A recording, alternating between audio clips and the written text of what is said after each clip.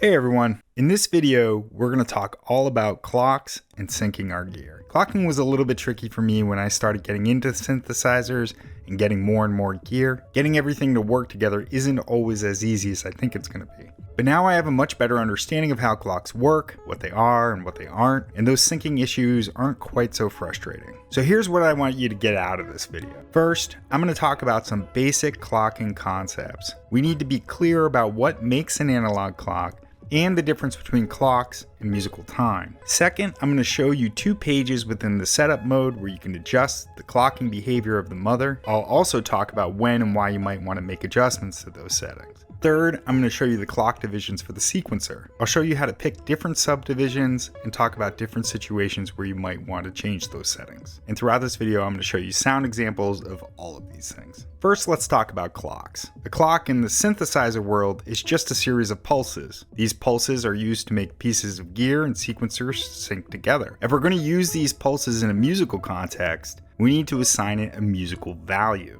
It's not really that different from traditional music notation. Tempo is the musical term for the rate at which something is played. It's usually notated or described as beats per minute, or BPM. If you come from a traditional music background, you might recognize notation like this. That key translates a pulse, or beat, into musical terms. It tells you what note division will be associated with one beat, and how fast those beats are going to be moving relative to time. Typically speaking, in modern music, if someone says BPM and doesn't indicate the note, you can assume it's a quarter note.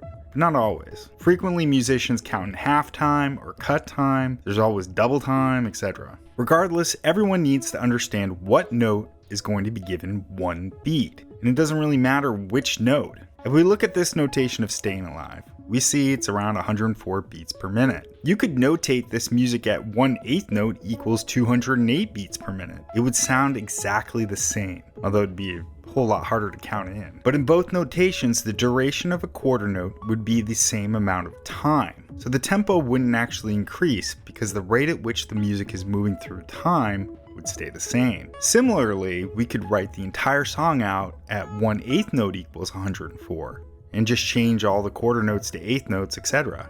The song would still sound as if it was playing at the same rate. The point is that we have to have a way to translate time into musical terms so that all the musicians, or in our case synths, can play together. Time is relative. You need a master clock that everything else will sync to, and you need to assign musical values to the pulse that's coming from the master clock. For synths, the notation that we use is PPQN, or pulse per quarter note. That incoming pulse is just that, a spike in voltage at a steady rate. So we need to make sure that all our gear is interpreting the pulse in the same musical terms. So we assign it a musical value using pulse per quarter note. There are different standards for PPQN. Roland's DIN sync standard was 24 pulses per quarter note, and some older drum machines use 48 pulses per quarter note. The Mother has 2 pages in the setup menu that change pulse per quarter note. Page 4 adjusts how the Mother interprets incoming clock signals, and page 5 adjusts how the Mother gives outgoing signals to other gear. The defaults for the Mother are 4 pulses per quarter note. So we can translate that into musical terms by saying 16th notes. So if you're syncing your gear up with other pieces of equipment, you might want to consider 1, if the Mother is the master clock or not, and 2, how the Mother will interact with those pieces of equipment. Make sure that all your gear is set to the same settings, or whatever makes sense for your situation. It's probably a good idea to set them all to the same thing, unless there's a specific reason not to. So if you go to setup mode and look at page 4 and 5, we see that the selection 4 is activated. That means it's set to 4 pulses per quarter note. And all of these are listed in the manual. So now we know that our Mother is sending outgoing signals at 4 pulses per quarter note and accepting internal clocks at 4 pulses per quarter note. Let's talk about the sequencer subdivisions. Believe it or not, these settings don't have anything to do with the settings of the setup menu.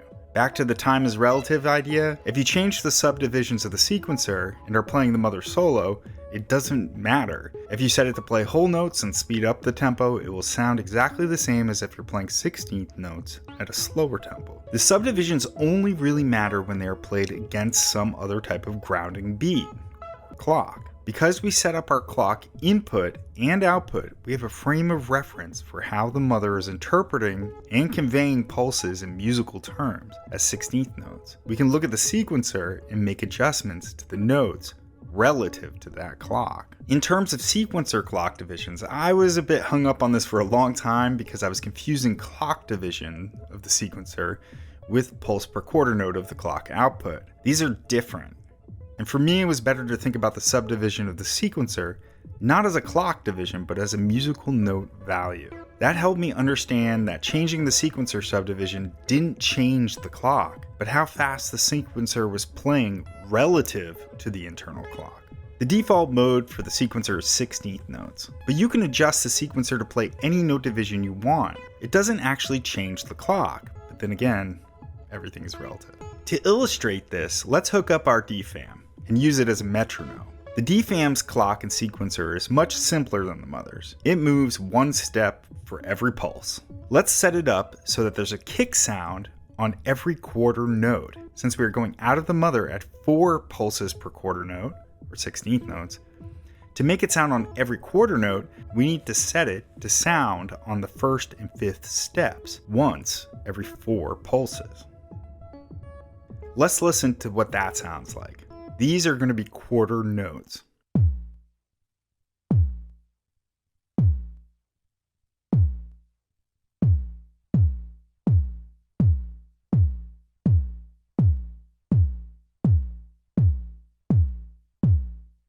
Now the mother is going to be playing 16th notes, and the DFAM will be playing quarter notes.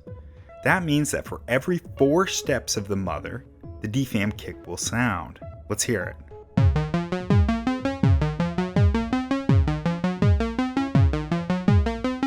Awesome. Everything's in sync. Now if we want the sequencer to play with different note values, let's say 8th notes, we can change the setting on the sequencer without making any adjustments to the outgoing clock of the mother. The DFAM is still going to play at the same rate and be playing once every quarter note. We need to hold both arrow keys and adjust our tempo knob. The LED light will light up and we should set it to number 5, which is 8th notes. Now this means that the mother will sound twice for every kick from the DFAM as opposed to 4 times, because it's playing 8th notes on the mother and quarter notes on the DFAM. Let's listen.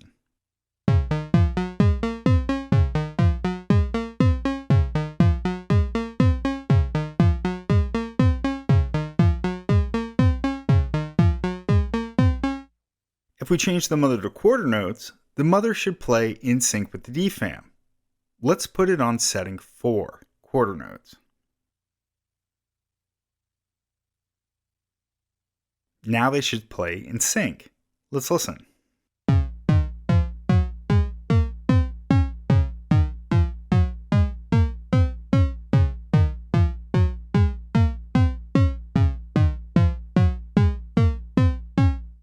You can set the mother sequencer to play a huge range, 2 whole notes all the way up to 64th notes. I generally stay with either 8th notes or 16th notes. I've done some things with quarter notes, but most of the time I'm using 8th and 16th notes. As I said before, time is relative. So how many pulses are coming out of the clock depends on what the mother is set to in setup mode, because that defines the quarter note. The sequencer, the input clock, and the output clock all play relative to each other depending on what musical time value you assign it in setup mode. Just to illustrate this point in a different way, let's set up the mother to output 1 pulse per quarter note and put it into the trigger of the DFAM. Now there'll be 1 pulse that comes out of the mother's clock every quarter note and triggers step 1 of the DFAM. Let's set up the sequencer to play 16th notes. It should sound exactly as it did initially, with the DFAM playing quarter notes and the mother playing 16th notes.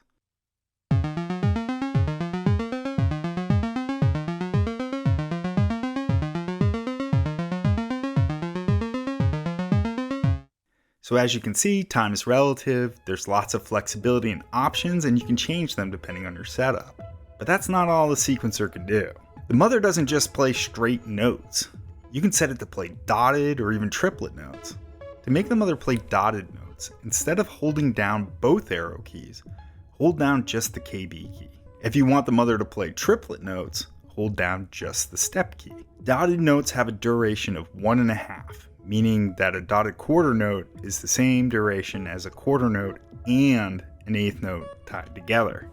I've set the mother back to its default settings, so that means it's going at 4 pulses per quarter note.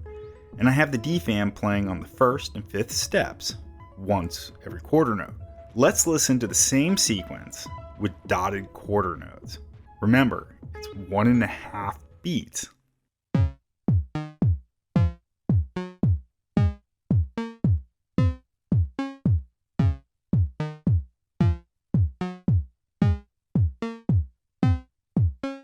Now triplets are really fun. They squeeze 3 notes into what typically would be 2 notes. So triplet eighth notes will sound 3 eighth notes over the same amount of time as it would typically play 2 straight eighth notes. That makes for some fun syncopation. Let's listen to the mother playing triplet eighth notes.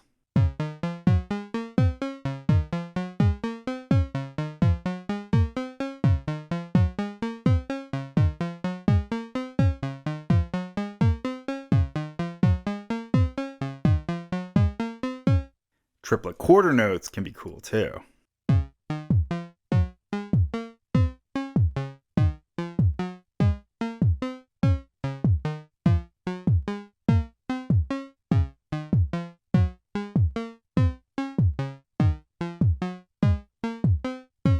So that's how you adjust the clock settings on the mother and change note durations of the sequencer. I hope you found this video helpful. Time can be a mind-bending thing, so if you have any questions, let me know in the comments section. In the next video, I'm going to explain step mode of the sequencer. Don't forget to like and subscribe.